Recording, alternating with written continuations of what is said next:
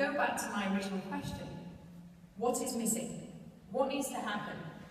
Why is sexual abuse still part of our culture?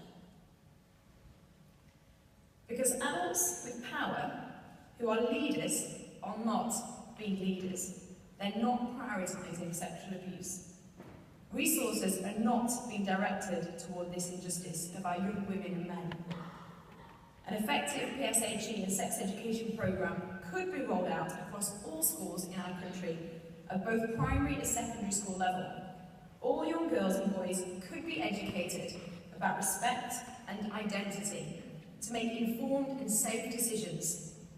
But not all, in fact, they're not.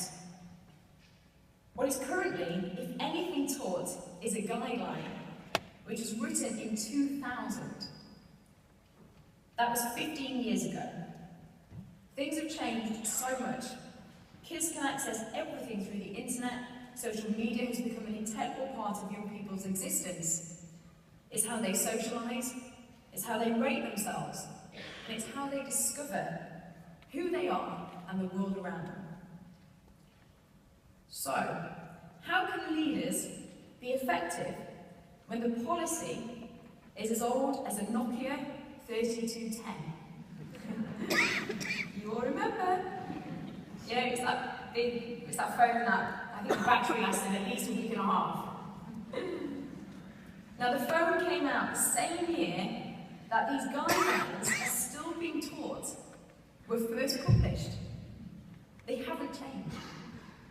No kid today is accessing the world through a 3210.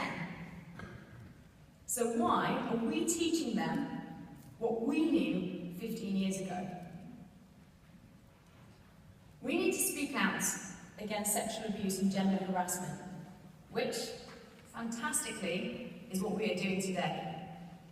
And I genuinely thank you from the bottom of my heart, because just talking about it, we're gaining ground.